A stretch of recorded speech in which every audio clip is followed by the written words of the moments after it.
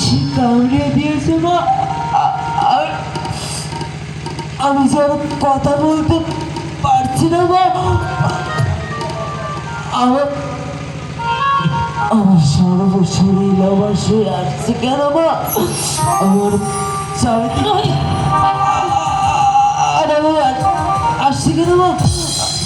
আমি আমি কিছু দেখতে পারছি না।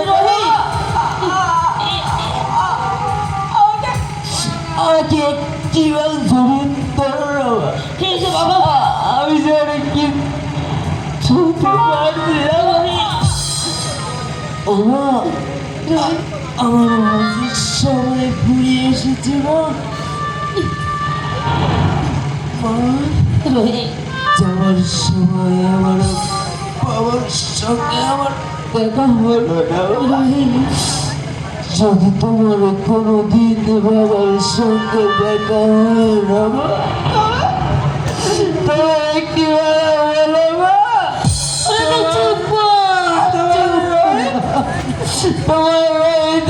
তোমার কাছে খেতে চাইবে না মা। আরে আমি চলে যাচ্ছি মা।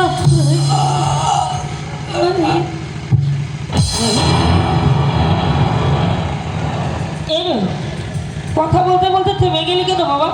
কথা বল, কথা বল। দেখ আমি তো মা, আমি তোকে ডাকছি, কথা বল। রোহিত রে, কথা বল, কথা বল। কি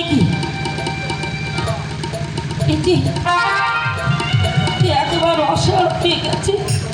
তবে কি আমার রোহিতের? আমি এখন কি করি? কাকে রাখি? কোথায় বন্ধ পাই? মা,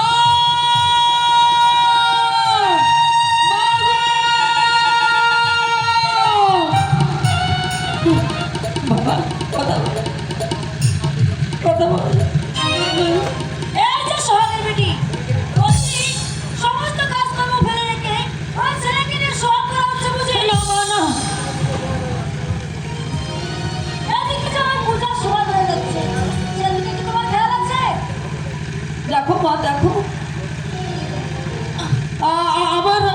আমার রোহিতের কথা বলছি না, তুমি একটু দেখো না মা, ওর কি হয়েছে মা? কথা বলতে বলতে না আর বলছে না মা।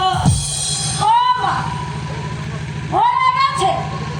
আরে ওকে তো দেখছি ওই কাল সাপে কেটেছে। না মা, না, ওকে কাল সাপে দর্শন করতে পারে না মা। এই তুই দেখছিস না ওর সময়টা কেমন ঢিল হয়ে গেছে? ওই জল দিয়ে জানলা মেরে